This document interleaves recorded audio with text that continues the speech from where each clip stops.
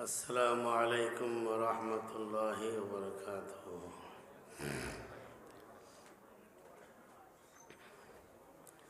الحمد لله نحمده ونستعينه ونستغفره ونؤمن به ونتوكل عليه ونعوذ بالله من شرور أنفسنا ومن سيئات أعمالنا من يهده الله فلا مضل له ومن يضلل فلا هادي له ونشهد أن لا إله إلا الله ونشهد أن محمدا عبده ورسوله الذي أرسله الله إلى كافة الناس بشيرا ونذيرا وداعيا إلى الله بإذنه وسراجا منيرا. اللهم صل على محمد النبي الأمي وعلى آله وسلم تسليما. أما بعد فأعوذ بالله من الشيطان الرجيم. بسم الله الرحمن الرحيم. إنا نحن نزلنا الذكر وإنا له لحافظون. وقال تعالى وننزل من القرآن ما هو شفاء ورحمة للمؤمنين. وقال صلى الله عليه وسلم من قرأ القرآن وعمل بما فيه ألبس والداه تاجا يوم القيامة ضوءه أحسن من ضوء الشمس في بيوت النهار أو كما قال صلى الله عليه وسلم. سبحانك لا علم لنا إلا ما علمتنا إنك أنت العليم الحكيم. اللهم اهدنا واهد بنا واجعلنا سببا لمن اهتدى. বখতিয়ার পাড়া তফসিরুল কোরআন মাদ্রাসার আজকে সালানা জলসা এবং প্রতি বছরের মতো মাগরিবের পরে কেরাত মাহফিল। এই প্রতিষ্ঠানের শুরু লগ্ন থেকে তাসহিহ কোরআন, তেলাওয়াতে কোরআন, তাজবিদ এবং কেরাত নিয়ে তার যাত্রা হয়। কোরআনে হলো এই প্রতিষ্ঠানের মূল লক্ষ্য। এই কোরআনের তিনটি বিষয় আছে। একটি বিষয়ের নাম হলো তেলাওয়াতে কোরআন। তেলাওয়াতে কোরআনের সম্পর্ক হলো কোরআনের ভাষার সাথে। দ্বিতীয় তার বিষয় হলো ফাহামে কোরআন, কোরআন বুঝা। তেলাওয়াতে কোরআন হলো ভাষা, ফাহামে কোরআন হলো কোরআন কি বলে সেটা বুঝা। এই দুটি মারহালা শেষ করার পরে তৃতীয় মরহালা হলো আমলে কোরআন, কোরআন মোতাবেক আমল করা। আমাদের বাংলাদেশের সংবিধান যে ভাষায় লেখুক না কেন একটা ভাষা আছে, বাংলা হইতে পারে, ইংরেজি হইতে পারে। তো ভাষার একটা বাক্য আছে এবং বাক্যের পরে সে ভাষায় কি বলে তার প্র্যাকটিক্যালে তার আমল আছে। আমরা যে দেশে বসবাস করি সেই দেশের একটি সংবিধান আছে, সংবিধানের একটি ভাষা আছে, ভাষার একটি অর্থ আছে, অর্থের পরে সেই ভাষায় যেটা বলছে সেটা ব্যবহার আছে। আমরা বাংলাদেশের নাগরিক হিসেবে দেশের সংবিধানের আওতায় আমরা থাকি। আমাদের সংবিধানে কি বলে বুঝতে হবে। কোথাও যদি আমাকে সরকারি বাহিনী কোনো সংবিধান পরিপন্থী কোনো কাজ করার কারণে আমাকে গ্রেফতার করে, তাহলে আমি এটা বলতে পারি না যে দেশের আইন জানি না। আমি দেশের আইন তো আমি জানি না, এটা আপনার এতটুকু কথায় আপনি সার পাবেন না। দুনিয়ার সংবিধান সম্পর্কে যদি আপনাদের এতটুকু কথা আপনারা বুঝতে পারেন, সেই সংবিধানের বিরোধিতা করতে পারবেন না, এই সংবিধানের বাইরে যেতে পারবেন না। যে সংবিধানের আওতার ভিতর থেকে সেই সংবিধান মোতাবেক আপনি এই দেশে বসবাস করতে হবে, সংবিধানের বাইরে যাওয়ার কোনো সুযোগ নাই। তো মানব রচিত সংবিধানে যদি এই অবস্থা হয়,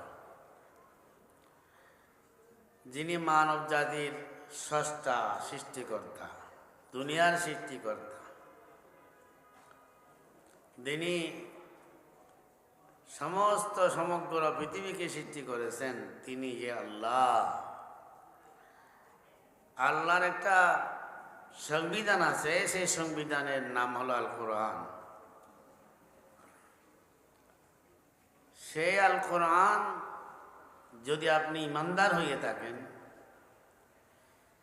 মুসলমান হয়ে থাকেন, আল্লাহ এবং আল্লাহর রসুলকে বিশ্বাস করে থাকেন, মৃত্যু, কবর, হাসর, ফুলসরাত, জান্নাত, দুজক এগুলো বিশ্বাস করেন, তাহলে অবশ্যই আল্লাহর রচিত, আল্লাহর প্রদত্ত, নাযিলকৃত এই কোরআন আপনার পড়তে হবে, বুঝতে হবে, কি বলে শুনতে হবে।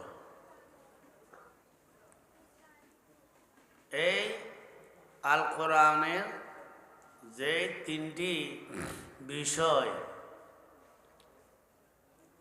বিষয়ের মধ্যে প্রথম বিষয় হলো তেলাওয়াতে কোরআন। এই তেলাওয়াতে কোরআনে কোরআনকে তার কোরআনের ভাষা হেফাজতের দায়িত্ব বহন করে। তেলাওয়াতে কোরআন বলে এই কোরআনের প্রতিটি হরফ বিশুদ্ধ হয়ে আদায় করতে হবে। তেলাওয়াতে কোরআনের দাবি। মানুষের ভাষার মতো কোরআনকে পড়া যাবে না। যেভাবে কোরআনকে তেলাওয়াত করলে বিশুদ্ধ তেলাওয়াত হয়, সে বিশুদ্ধ তেলাওয়াত শেখা প্রতিটি মুসলমানের ফরজ। কারণ আপনি যদি কোরআনের তেলাওয়াত বিশুদ্ধ তেলাওয়াত করতে না পারেন, আপনার নামাজে গলত, নামাজে হবে না। নামাজের মধ্যে কোরআন লাগে, কোরআন বিশুদ্ধ না বললে নামাজ কেমন হবে? তাহলে ভাই ওনাকে উঠেই দেন, কে শুয়েছে পিছনে। এই কোরআন, তেলাওয়াতে কোরআন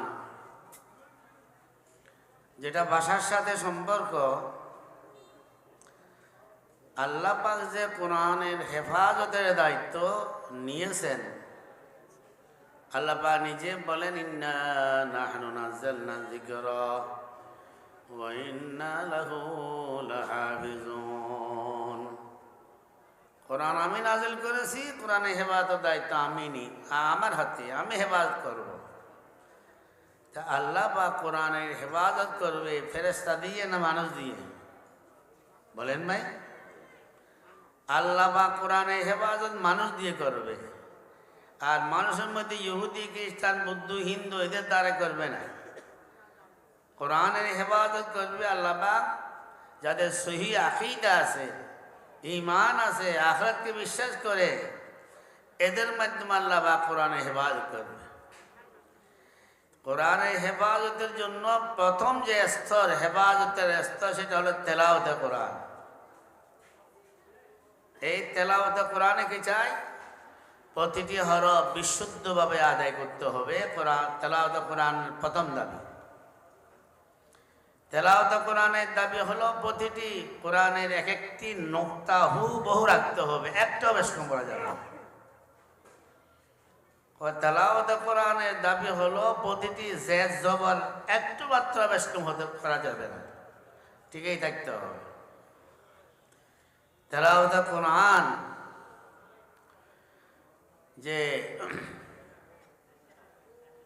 যেভাবে তেলাওয়াত করার ইসলামী পদ্ধতি, সেভাবে করতে হবে, মন গড়া বললে হবে না। এই তেলাওয়াত কোরআনকে কেন্দ্র করে আল্লাহ পাক যে একটা দল সৃষ্টি করেছেন, সেই দলের নাম হলো নাজরা নুরানি উস্তাদ। যারা নুরানি মুআল্লিম, যারা নাজরার মুআল্লিম, যারা শিশুদেরকে আলিফ বা তা সা থেকে শুরু করে কোরআন পড়ায়, এই একটা দল সৃষ্টি হয়ে গেছে। এদের কাজ হলো শিশুদেরকে কিভাবে কোরআন বিশুদ্ধভাবে পড়া যায় সেগুলো ব্যবস্থা করা, নাজরা ঠিক করতে হবে।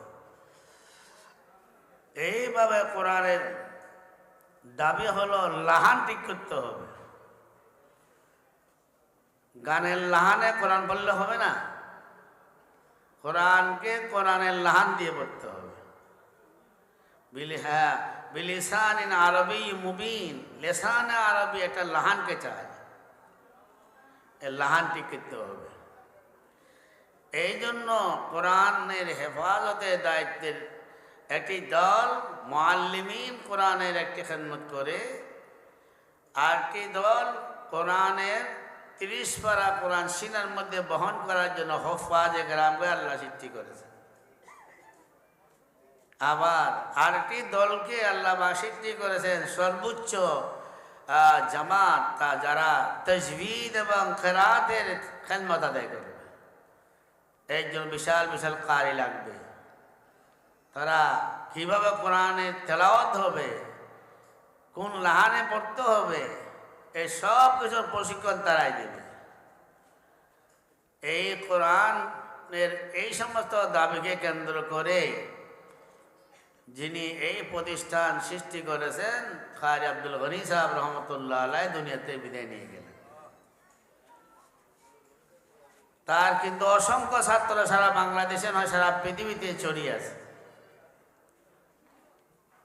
তার ছাত্ররা এই বিশুদ্ধ তেলাওয়াতের যে ব্যবস্থা কারি আব্দুল গনি সাহেব রহমতুল্লাহ আলাইহি সৃষ্টি করে গেছেন, সেটা বহাল রাখছেন।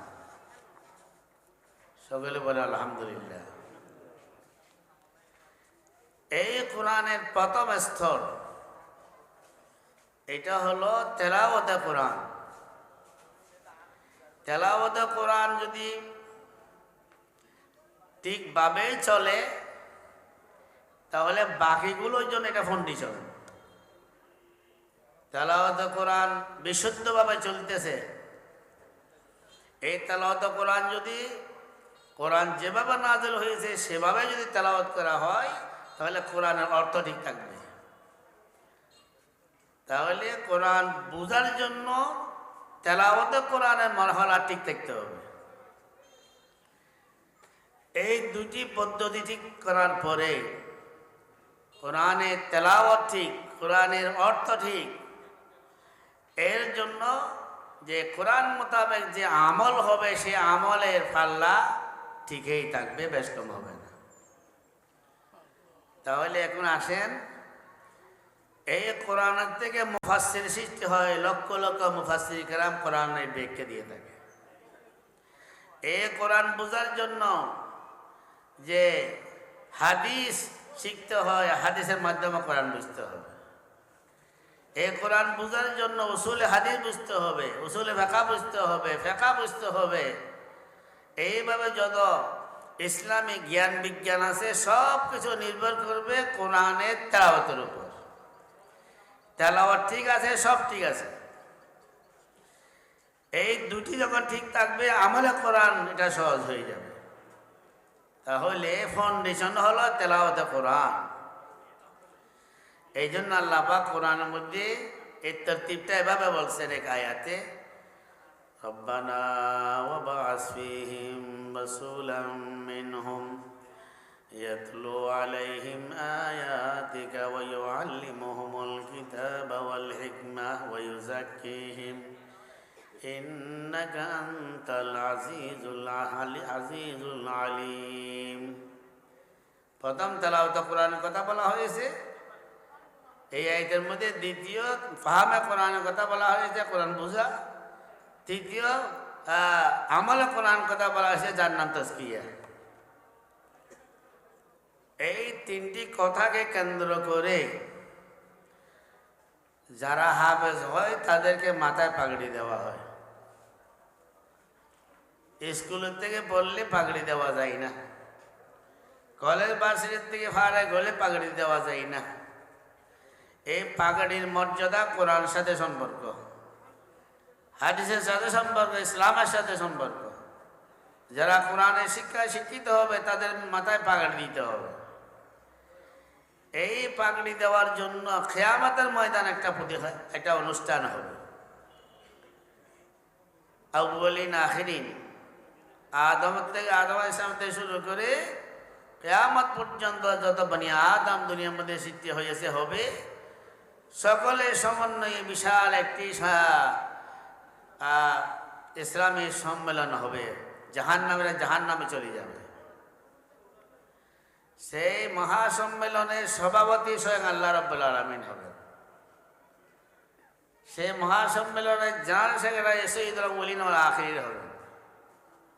সেই মহাসম্মেলনের মধ্যে লক্ষ লক্ষ নবী রাসূল থাকবেন, সাহাবী থাকবেন, আউলিয়া, শুহাদা, সিদ্দিকিন থাকবেন, আইমে মুজতাহিদিন থাকবেন। কিয়ামত পর্যন্ত যত আল্লাহ ওয়ালা আলেম, মুফতি, মুহাদ্দিস সব এখানে উপস্থিত থাকবেন। এই ইসলামী মহাসম্মেলনে যাদেরকে আজকে পাগড়ি দেওয়া হয়েছে এদের সম্মান কি হবে? এক নম্বরের সম্মান, যারা এই কোরআন পড়েছে, কোরআন বুঝেছে, কোরআন মোতাবেক আমল করেছে। তিনটা কাজ যে ব্যক্তি করবে, ভালো করে বুঝবেন কথা বলুন। যে ব্যক্তির দ্বারা তিনটা কাজ হয়েছে, তেলাওয়াত কোরআন ঠিকই আছে, তেলাওয়াত কোরআনের মধ্যে নাজরও আছে, তেলাওয়াত কোরআনের মধ্যে হেফজও আছে, তেলাওয়াত কোরআনের মধ্যে তাজবিদ আর কিরাতও আছে। যেই ব্যক্তি দুনিয়ার হায়াতে এই তেলাওয়াত কোরআনের সাথে সাথে কোরআন বুঝে সে আলেম হয়েছে, মুফতি, মুহাদ্দিস হয়েছে, খতিব হয়েছে, আল্লাহওয়ালা হয়েছে, পীর মাশায়েখ হয়ে গেছে। দ্বিতীয় মারহালা। তৃতীয় মারহালা হলো এই কোরআন মোতাবেক সে আমল করেছে। এই তিনটে কাজ যার মাধ্যমে হবে তার তিনটা মর্যাদা। এক নম্বরে মর্যাদা, তাকে আল্লাহ নিজে বলবেন, তুমি তো কোরআন দুনিয়ার মধ্যে বিশুদ্ধভাবে তেলাওয়াত করেছিলে, তরতিলের সাথে তেলাওয়াত করেছিলে, তুমি আমার সামনে আমাকে কোরআন শোনো। কেমন মজা হবে বলেন? আল্লাহ কোরআনকে আল্লাহকে শোনাই দেওয়া কেমন মজা হবে। তাকে বলা হবে তুমি এক একটি আয়াত পড়ো, এক একটি মর্তবা মর্যাদা নিয়ে উপর দিকে চলতে থাকো। 6666 আয়াত কোরআন মধ্যে রয়েছে। প্রতিটি আয়াত পড়বে এক একটি দরজা তার দিকে উপর দিকে চলে যাবে। শেষ পর্যন্ত 6,666 বিশিষ্ট একটি টুইন টাওয়ার জান্নাতে তাদেরকে দেওয়া হবে।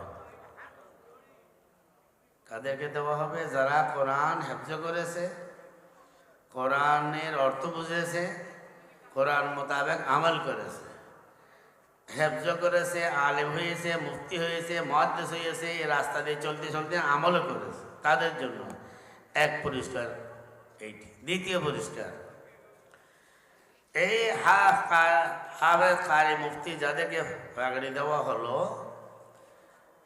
তাদের পরিবারের মধ্যে 10 জন এমন ব্যক্তি থাকতে পারে যাদের জন্য জাহান্নাম নির্ধারিত হয়ে গেছে, জাহান্নামী বলে ঘোষণা হয়ে গেছে।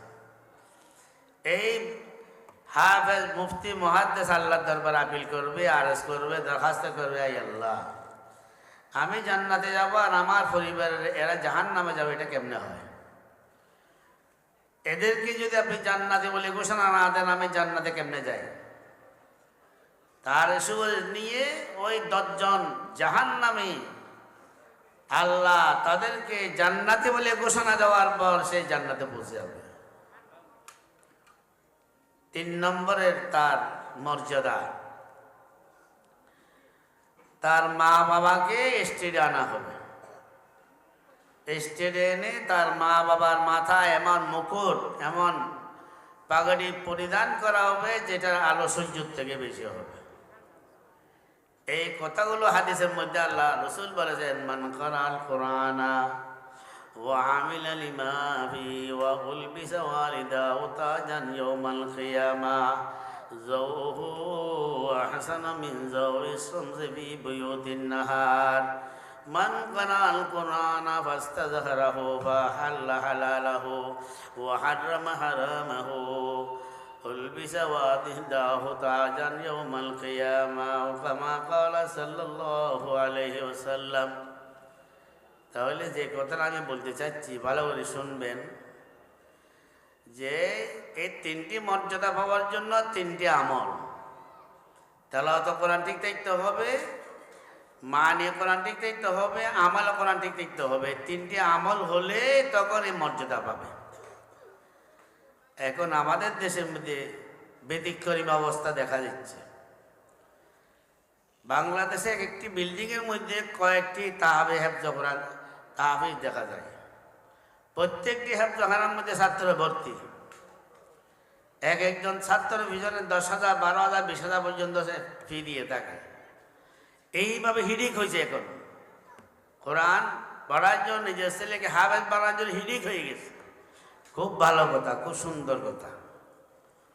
আপনার ছেলে হাফেজ হলে আপনি মর্যাদা পাবেন, কিন্তু হাফেজ হওয়ার পরে এই ছেলেকে তো আলেমা বানাইতে হবে না। এই ছেলেকে মাদ্রাসায় দিয়ে, বড় বড় পটিহাটা দেয় দেওবন, বড় বড় মাদ্রাসার মধ্যে দিয়ে এদেরকে আলেম বানাইতে হবে। কাজ করে জাহান্নামের একটা অস্ত্র হাতে নিলেন কেন? আপনার এই ছেলেকে হাফেজ বানানোর পরে ছেলে তো এখনো জাহেল মুরুক্ষ, সে কোরআন বোঝে না। সে তো কোরআনের যে ভাষা শিখছে, কোরআনে কি বলে এটা বুঝে নাই।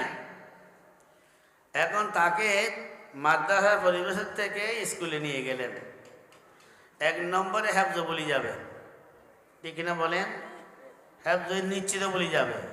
তো আপনি আপনার ছেলেকে হাফেজ বানাই লাভ কি হলো? হেফজ করে বলে গেলে জাহান্নামে যেতে হবে, এটা হাদিসের কথা।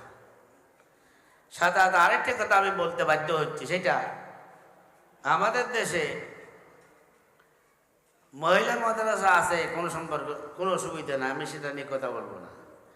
ইদানিং মহিলা হেফজ বাইকে ঘুরতেছেন, ফটো উঠাবেন না, মেহমাকে ফটো উঠাবেন না, গুনাহ কাজ করবেন। এটা ভাই শুনেন, আমার কথা সব জায়গায় পৌঁছাই দেন, আমাকে গালি দিবে অনেকে, তারপরে বলতে পারত। অনেক জায়গার মধ্যে মহিলা হেফজখানা করছে। প্রশ্ন হলো যে মহিলাকে আপনি হাফেজা বানাইলেন, তার বিয়ে শাদী হবে কিনা, স্বামী নিয়ে ব্যস্ত থাকবে কিনা, ছেলে মেয়ে নিয়ে ব্যস্ত থাকবে কিনা, শাশুড় শাশুকে নিয়ে ব্যস্ত থাকবে কিনা, এমন পরিবর্তে তো তার শাদী হইতে পারে যে পরিবেশে নামাজ পড়া মুশকিল হয়ে যাবে। কথা ঠিক কিনা বলেন? তাহলে আপনি যে মেয়েকে হাফেজা বানাইলেন নিশ্চয় তো হেফজা ভুলে যাবে, কোনো সন্দেহ নেই। তা আপনার মেয়েকে হাফেজা বানায় কি আপনি একটা ভালো আমল করলেন, একটা খারাপ আমল করলেন? আপনি কিসের হাফেজা বানাইতেছেন মেয়েদেরকে? হ্যাঁ, মেয়েদেরকে সূরা ইয়াসিন মুখস্থ করাই দাও, সূরা ওয়াকিয়া মুখস্থ করাই দেন, সূরা কাহফ মুখস্থ করাই দেন, আনফাল মুখস্থ করাই দেন, যে সমস্ত সূরাগুলো প্রয়োজনীয় আমলের জন্য সব মুখস্থ করাই দেন। এক মেহিকে আপনি হাফেজা বানিয়ে সে হাফেজা খাওয়ার পর নিশ্চিত হাফেজা ভুলে যাবে, বলে গেলে আপনার শাস্তি হবে। কিসের হাফেজা মাদ্রাসা করতেছেন? এর সাথে যোগ করে আমি বলবো যে আপনার ছেলেকে স্কুলে নিয়ে গেলেন, স্কুলে নিয়ে যাওয়ার পরে সে নিশ্চিত হ্যাঁ কি বলে হেফজ বলে যাবে। আর কি হবে, যেই পরিবেশে নিয়ে গেলেন সেই স্কুল পরিবেশের মধ্যে নামাজ নাই, আল্লাহর পরিচয় নাই, রসুলের পরিচয় নাই, আখিরাতের পরিচয় নাই, সেখানে কবরের পরিচয় নাই, জান্নাত দোজখের পরিচয় নাই, পুলসারাতের পরিচয় নাই। আছে বলেন? আপনার ছেলেকে কোরআনের থেকে উঠে কোথায় নিয়ে গেলেন? তারপরে আপনার ছেলে সেই পরিবেশে যাওয়ার পর সে তো নাস্তিকও তো হতে পারে কিনা বলেন? সেখানে নামাজ পড়বে না, যুবক যুবতীদেরকে নিয়ে কি করে পরিবেশ আপনারা জানেন। যত রকমের অন্যায় বিচার, যত রকমের হাসিয়ার হরিয়ানিয়ত, যত রকমের বেহাইয়াপনা বেলিল্লাপনা সব স্কুল কলেজে আছে নাকি বলেন? তা আপনার ছেলে কোথায় নিয়ে গেলেন? কোন পরিবেশে কোরআন শরীফ তো উঠে কোথায় নিয়ে গেলেন? তা আপনার কি হবে একটু শুনেন, কোরআনের ভাষায় বলি। কিয়ামতের ময়দানে আপনার এই ছেলে যাকে আপনি কোরআনের শিক্ষা না দিয়ে স্কুলে শিক্ষা দিয়ে দিলেন, ওই পরিবেশে যখন সে দিন বুঝবে না, সে নাফরমানি করবে আল্লাহ, নিশ্চিত সে জাহান্নামের দিকে সে জাহান্নামে বাস করতে আল্লাহ পাকের পক্ষ থেকে এটা সিদ্ধান্ত হয়ে যাবে। এই ছেলে কিয়ামতের ময়দানে মা বাবার বিরুদ্ধে আল্লাহর দরবার নালিশ করবে, বলবে আল্লাহ আমার মা বাবা লক্ষ লক্ষ টাকা ব্যয় করে আমাকে ডাক্তার ইঞ্জিনিয়ার বানাইছে, কিন্তু এই শিক্ষার ভিতর তো আমার মা বাবার সেবাও চিনি নাই, এই শিক্ষার ভিতর তো তোমাকেও চিনি নাই, আখিরাতকে চিনি নাই, জান্নাত কিছু চিনতে পারি নাই, এরকম একটা শিক্ষা দিয়ে আমাকে নাফরমান বানাইলো। হে আল্লাহ আমার মা বাবাকে জাহান্নামে নিক্ষেপ করেন, আমার পায়ের নিচে আনেন। وقالوا ربنا أطعنا سادتنا وكبرانا فأضلونا السبيل ربنا آتهم ضعفين من العذاب والعنهم لعنا كبيرا। লানান কবির, আপনার মা বাবাকে লানত করার জন্য তার ছেলে আল্লাহর দরবারে ফরিয়াদ করবে। আপনি মনে করছিলেন যে এই ছেলেকে ডাক্তার ইঞ্জিনিয়ার বানাইলে বৃদ্ধকালে কাজে আসবে, এই জন্য তো আপনি সব সম্পদ ব্যয় করে ছেলেকে শিক্ষিত বানাইলেন। ছেলেকে শিক্ষিত বানাইলে কাজে আসবে। কি কাজে আসবে? যখন আপনি বৃদ্ধ হয়ে যাবেন, বিভিন্ন রোগে আক্রান্ত হবেন, তখন আপনি আপনার ছেলের সেবার আশা করবেন। আপনি মনে করলেন আমার বৃদ্ধকালে আমার ছেলেরা আমার সেবা দিবে। প্রশ্ন হলো আপনার ছেলেকে সেবার কোনো শিক্ষা নিছে? আপনার ছেলেকে কোরআন পড়াইলে কোরআন 5টা শিক্ষা আপনার ছেলেকে দিবে। 1 নম্বর ছেলে শিক্ষা হবে তোর মা বাবা বৃদ্ধ হয়েছে, ও শব্দ বলতে পারবি না, কোরআন বলে আপনার ছেলে। তোর মা বাবা বৃদ্ধ হয়েছে, মা বাবাকে ধমক দিতে পারবি না। তোর মা বাবা বৃদ্ধ হয়েছে, মা বাবার সামনে মা বাবার সাথে কথা বলতে মহাব্বতের ভাষা কথা বলবে। তোর মা বাবা বৃদ্ধ হয়েছে, তোমার মা বাবার সাথে দাবত দেখাতে পারবি না, মাটির মতো হয়ে থাকবি। হয়তো দেশের প্রেসিডেন্ট হইতে পারো তুমি, কিন্তু তোমার অশিক্ষিত মা বাবার সামনে মাটির মতো তোমার থাকতে হবে। এটা হলো কোরআনের নির্দেশ। এবং কোরআনে বলবে যে দেখো তুমি যখন দুনিয়ার মধ্যে ভূমিষ্ঠ হয়েছিলে, তোমার সাথে তোমার মা বাবা কি মহাব্বতের সাথে তোমার লালন পালন করেছে, সেটা তুমি স্মরণ করো, আমার কাছে তুমি দোয়া করো, হে আল্লাহ আমার মা বাবা যেভাবে আমাকে দুনিয়ার মধ্যে আসার পরে যে সেবা আমার কাছে দিয়েছিল, আমার জন্য দিয়েছিল, আজকে আমার মা বাবা বুড়ো হয়ে গুঁড়ো হয়েছে, আর আমার মা বাবার সাথে সেইভাবে আপনি আচরণ করেন। فلا تقل لهما أف ولا تنهرهما وقل لهما قولا كريما واخفض لهما جناح الذل من الرحمة وقل رب ارحمهما كما ربياني صغيرا। এই কোরআনের কথা, এই শিক্ষা তো কোরআনে, এই শিক্ষা তো কোরআনে আছে, কোথাও নাই। এই জন্য দোস্ত যে আপনার ছেলেকে কি কলেজ বাসের শিক্ষা দিয়ে জাহান্নামে বানাবেন, না আপনার ছেলেকে কোরআনের শিক্ষা দিয়ে জান্নাতে বানাবেন, এটা আপনার বিবেচনার মধ্যে থাকতে হবে। যদি দেশের পরিস্থিতি পরিবেশে আপনার ছেলেকে সে কলেজ বাসের থেকে নিয়ে আপনি অন্য রাস্তা নিয়ে গেলেন, কালকে আমাদের ময়দানে এই ছেলে আপনার বিরুদ্ধে নালিশ করবে। ওয়া আখির দাওয়ানা আলহামদুলিল্লাহি রাব্বিল আলামিন। আসসালামু আলাইকুম ওয়া রাহমাতুল্লাহি ওয়া বারাকাতুহু।